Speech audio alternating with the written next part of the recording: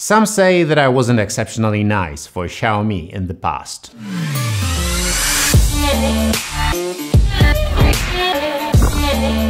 Does it look like a bird to you? But that's my job, not to be nice to the companies, but to say what I think about their products.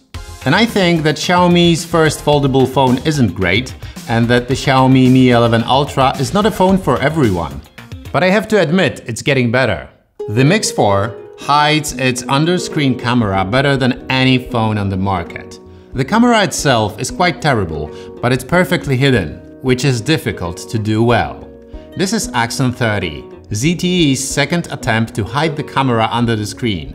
It's better than their previous model, and some say the camera is hard to spot. No, it's not. This phone's front camera is hard to spot. And this Xiaomi 11T Pro, which has its global premiere today, is cool. Why do I think so? 120 watts charging. It's crazy fast. It takes 20-something minutes to fully charge the phone. Plug it in for 2 or 3 minutes and you'll get 20%. It's crazy and potentially harmful for the battery. Even though the box includes what is basically a laptop charger, great to be traveling with one charger instead of two, you might want to invest in a slower charger if you care about battery life and especially if you charge your phone at night. Xiaomi explains that due to their technology, the charging speed doesn't affect the battery's longevity, but at the same time, they agree that using a slower charger for the overnight charging is an optimal scenario. Optimal, they say. I say, buy a slower charger if you care for the battery and plug your phone for the night. The screen is an OLED with 120Hz refresh rate. The previous Mi 10T Pro has an LCD screen. And it has a higher refresh rate actually, but this OLED is brighter, nicer, and simply better. Speakers. There are two decent speakers. On the bottom and on the top, and they sound quite good. City of mine, how I love. Every truly payback fellow is lucky to get just by walking through the city. No, I'm a small part of this. City of mine. Cameras. Creating a smartphone that takes decent photos is relatively easy. You just have to make software do the job of the user. The user thinks he takes one photo, while actually the phone takes like 8 and stack them all together. The AI is deployed to fine-tune the final picture, and here you go! You took a great photo. Congratulations! When it comes to video, the software still tries to help the user, but video is 30 photos a second. Or even 60. It's not that easy.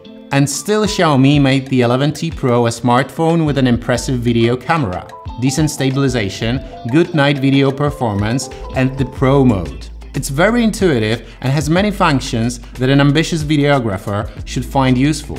Several times I found Xiaomi's videos better than videos shot by Samsung S21 Ultra 5G.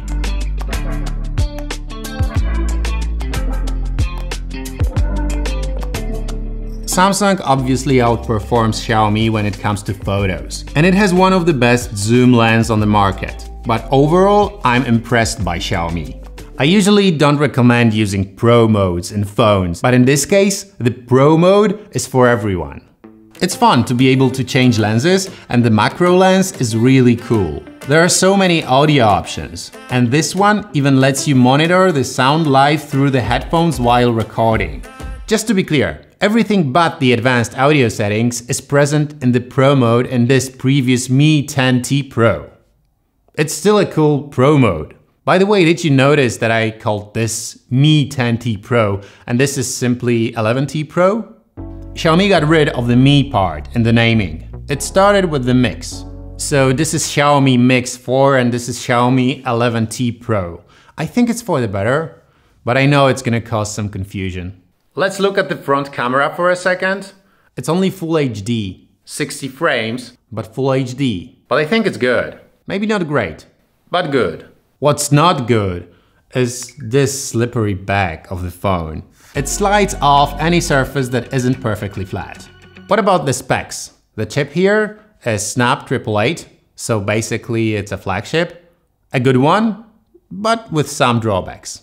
It's Xiaomi. It displays ads in its system by default. You can turn the ads off, it's quite easy, but it shouldn't be displaying them in the first place. Software issues. Some users were having problems with different apps after the software update, and some were waiting for the update, but it never arrived. There are far too many models of Xiaomi phones, and some are just forgotten. But with this one, you should be lucky. It's an important phone for Xiaomi. They won't forget about it. At least for a day, or maybe 2, or a week. I'm joking. It might be even months. But if you're aware of these issues and this smartphone is available in your country, it might be worth considering. After you watch all the iPhones, Pixels, Samsung and whatever comes in the next few days, new smartphone announcements. You know what they say, tomorrow brings a new day, and probably a new smartphone. Thanks for watching, and see you soon.